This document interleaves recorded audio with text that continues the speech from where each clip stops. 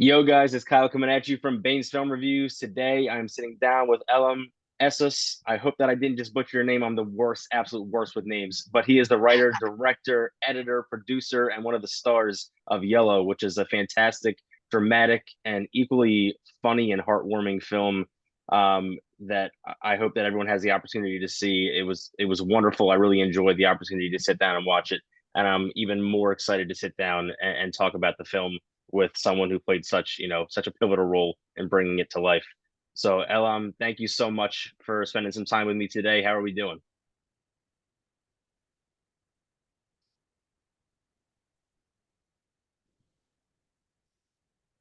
Thank you for having me, man. I'm good. I'm just like to apologize for me walking at that, but I'm good. Thanks for having me, man. Of course, of course. So before we get into the actual film, I'm always curious, how did you get into filmmaking in the first place? I'm an actor. I'm an actor by trade, and as many actors who might be listening to this know that it's a painful industry with not much control. So I thought I'd kind of get a better grasp of my own destiny and my own career arc, so to speak, and tell my own stories. And hopefully through that, I can cultivate another craft alongside Mm, my acting. And I found that I actually genuinely enjoy telling stories, especially stories from my country, from Afghanistan, mm, which I don't really see much of on screen. And if I do, it's painted with a stereotypical, the bad guy, the terrorist yes. paintbrush, which is what I kind of want to um, take away from and kind of show the rich culture and the history and the resilience of the Afghan people. And that's how I kind of got into filmmaking. Awesome. Very, very cool. And then, so I mean, you kind of just touched on it a little bit with how you got into filmmaking, but how did Yellow come to be, and where did the idea for Yellow come from? Man, I've because I was born in Afghanistan and I came to England when I was 10. I've always kind of pivoted around my country, around stories of my home and my own identity as an Mhm. Afghan.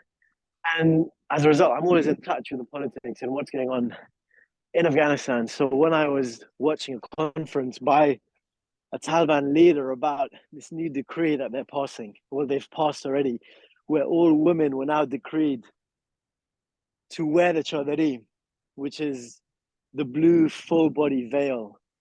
I thought to myself that there are women who grew up in the last 2 decades under the different regime and they've never had to wear one. So I wonder Yeah. what happens if a girl goes into a chadari shop for the first time to buy a first ever full body veil. Mhm. And it's just interesting to me that interaction, especially if the shopkeeper is a Taliban member. So that's where the inspiration for Yellow came. Oh, very, very cool. Um, And so, obviously, given the subject matter, I think that you run the risk of Yellow being maybe a little bit divisive. And I think you probably know that going into it and creating it, but I think it's an important story to tell anyway. So, how do you make the decision to go about making this film anyway and kind of saying, screw it, I don't care if I'm divisive? And then, how do you do it in a way that it's respected and understood and accessible? That's a beautiful question, actually. Like I said, I have an immensely deep love for my country, and I am trying to use my art and what I've learned to try and stand up for the women and the girls of Afghanistan who haven't had access to education for the past 2 years. Actually, Mm, schools were closed in 2021 for schools and universities for girls and women, and they haven't had an education since. wow. So I have to stand up and do something for my country, even if it does mean that I'll be ruffling some feathers, and I will be, potentially um, getting in the wrong side of the regime, the current the Taliban regime. But if we don't stand up, then who will? Especially Mm, now with the current news cycle where Afghanistan is kind of out of favor. It's not the hot news, and yeah. women are becoming more and more invisible in my country, and they're being forgotten in the international community. So I think it's my duty as a filmmaker to use my art as a tool to try and stand up for our women and our girls. It's fantastic, and I think again, I think you do it in a way that makes it accessible because it's not something that I'm super familiar with. I mean, being in the United States, that's not something we talk about all the time, and it's not a topic that I was incredibly, very aware of. So you pull viewers into the film very quickly and allow them to understand the topic in a way that's accessible, and I don't think you will frustrate viewers for the most part. I mean, obviously you'll ruffle some feathers, like you said, in the process, but I think the majority of your viewers are going to watch this film and really appreciate the content and the message that you're trying to convey. So I think it's done incredibly well. Thanks, man. I'd like to think that I kept it as gentle of a narrative as I could. And I find that the older I get and the more I learn about filmmaking, the more films I make, I find that the bigger the topic, the bigger the theme, the Mm, best it's told through the smallest of moments. yeah, You can't tackle a theme so big as oppression and female rights. It's such a broad topic, so you have to tackle it from I find the gentlest and the most unlikeliest of moments. And in this case, it's just a girl buying her full veil. yeah, And you can find the themes through the simple premise of a girl walking into a shop, which yeah, is yeah. what I find most effective. And so I think one of the reasons that you're able to be so accessible and so open and easily understood is that you use comedy and levity to balance the drama that obviously transcends the entire film. And I thought it was a very interesting choice to use comedy when you're talking about something so serious, but it works very well. Um, between you and if I'm pronouncing her name correctly, is it Afsaneh? Is that how you say her first name? That's right. Awesome. Afsaneh, So that's right. so you guys together do a great job of bringing these lighthearted moments to life. So why make the decision to include comedy? And then how do you make sure that you're using comedy in an appropriate way that doesn't overshadow the drama that needs to exist? Man, that's another great question. Um, my aim with the film is to try and tell a story where both this girl Laili, who walks in to buy her first veil, and the shopkeeper, who's actually a member, a Taliban, they're both humans, and in a different life, Hmm. they could have been lovers, they could have been friends, Yeah. and like the a sense of humor is something that brings everyone together. So I found it a great tool to put these two people who are from different walks of life who make Hmm. each other laugh, and that's what makes it interesting. Yeah. It could be the evil Taliban member and the oppressed woman, but that's not real. I was in Yeah. Afghanistan 2 weeks ago, and I got to speak to a lot of members of the Taliban who are part of the regime, not part of the government. And you'd be surprised at how many of them are actually funny, normal people, Yeah. but they are part of the system themselves, just like the main character, the girl, is part of the system of oppression. They, in a way, are also stuck down by the rules and what they've been brought up with. So it's kind of a narrative on the system at its root that needs addressing, and that Hmm. we're all human. So I feel like comedy does kind of put something into perspective and make us connect with it more. But at the same time, trying not to make little of the issue, the importance of what's going on, and the struggles that women and girls are on are going through. Yeah. Yeah. I think that the comedy is effectively the great equalizer in Yellow, and it keeps the film very grounded.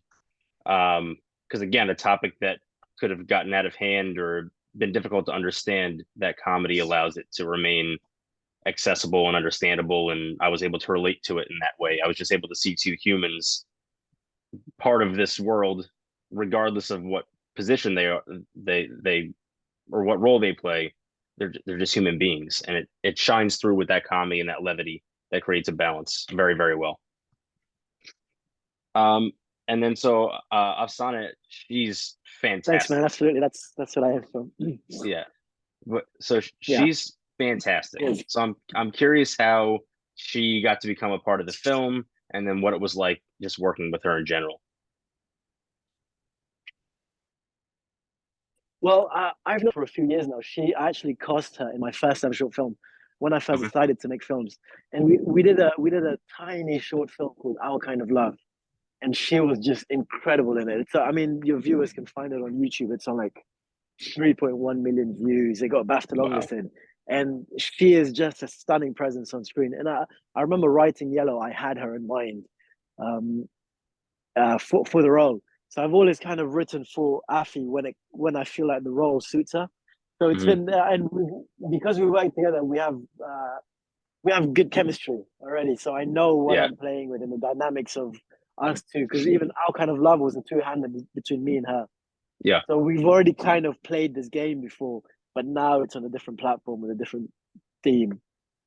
So I knew going in that Afsaneh was going to give me what I wanted as a director and what the yeah. story needed, and she Very, delivered. very, very cool. She absolutely delivered from the very beginning. I mean, she just has this air about her. She's just very calming. She seems very natural. And not, I mean, nothing seemed forced, nothing seemed out of place. Everything just happened very organically. And I believed everything she said and everything she did from beginning to end. And I think it's obviously so important. So the fact that she's able to pull that off in such a great film is just incredible and really commendable because she was, again, brilliant. Thanks, man. I'll pass that on to her, but that's a testament to Awesome. her Yeah. as an actress, and she's incredible. I agree. Yeah. Awesome. And then, so I'm curious what it's like, directing yourself and having to, you know, I don't know, look at yourself from a different point of view constantly, not just in one position. But I mean, you're also the editor, you're the producer, you're the writer, you're in a lot of Yeah, ways, you're everything to this film. Um, how do you look at this objectively, and how do you look at yourself objectively, and make sure that you're getting the best out of yourself and doing the best for everyone else? man. Part of that is because I'm just a broke filmmaker that has to have a few hats on. And but it just so happens that I really do enjoy doing it all and kind of learning as I go. I mean, back in the day, we had Leonardo da Vinci, we had all of these Renaissance men who were painters, mathematicians, builders, engineers, and I do feel that we shouldn't limit ourselves to one specific thing. And Hmm. but it's worth saying that I edited that with my regular editor Ross Leopard, so I did have some guidance and I had some distance from the film. And I make it a rule that after I finish the shoot, I kind of stay away from the film for a week or 2 weeks, just so I Okay. come at it not so engaged and I come at it from a place of rest where I've had distance from it. But I do find that I'm just enthralled. I'm just by the whole system of filmmaking, and especially when the story is so close to my heart, and I feel so heavily for it that I do know what I want, and I can see it in my head. And Hmm. during me writing, I can see the whole film pan out. And there are projects which I feel that maybe I'm not the best editor for it. Maybe I need someone else. Hmm. But with projects like Yellow, that as soon as I wrote it, and I knew that this was my next film, this was the next thing that I could bleed my heart into. I Yeah. knew that it was worth it, and I kind of put my all into it, and I enjoyed it. I did enjoy the whole process. It's painful at times, but it's rewarding.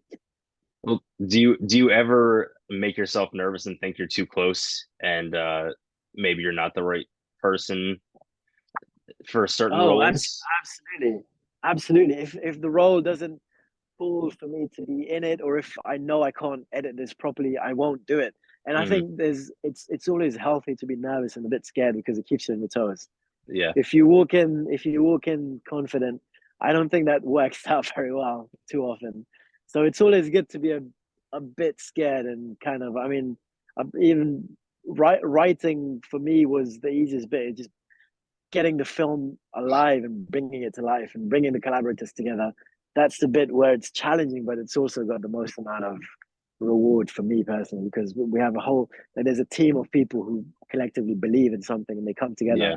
to bring this thing that's just ink on a page to bring it to the beautiful art of moving image. That's Right. something that's incredible for me, you know? Absolutely. And I think it's a mark of a good filmmaker when you're able to understand where you fit in this film and where you don't fit in this film, and you're able to see, again, look at yourself objectively and say, this isn't for me. I need to step back.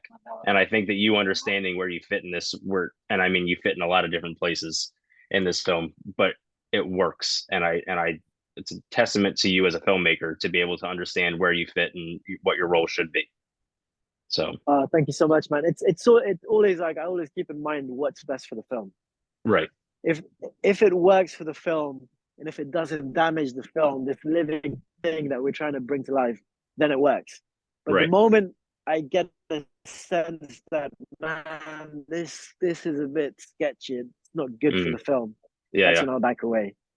Um, so yeah, Very, very cool. And so I loved Yellow, obviously, and I want other people to be able to watch Yellow as well. I know that it's on the festival circuit right now, but can you give us a little bit of an update of where my viewers can watch Yellow? yeah, absolutely. So if you are in London, Yellow will be playing at the BFI South Bank uh, um, on the 24th of June as part of the and it'll be part of and it'll have a screening on the 24th of June as part of Refugee Week at the South Bank. So 24th and 25th of June in London, it will be playing at Palm Springs in California Very cool. on June 20th to 25th. So if you're around, it's always and yeah, I mean it's still doing festival circuit, so there'll be more updates to come. But if you keep an eye on my socials, I usually put updates on there as well. Awesome. I'll make sure to include your socials so we can follow along. Oh, Um, perfect. Thanks, Sean. and then can you give us an update on anything else you might be working on at the moment?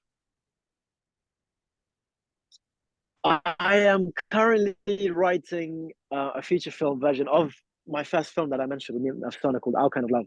So Okay. I'm in development with the BFI at the moment for that. So that's really exciting, Awesome. and just a few projects here and there. So Awesome. Well, it's all exciting for me. I will be on the lookout for that so I can give it a watch as well. And then I just have one more question for you. Thanks, Um, man. of course, of course. Sure. What are some of your favorite films?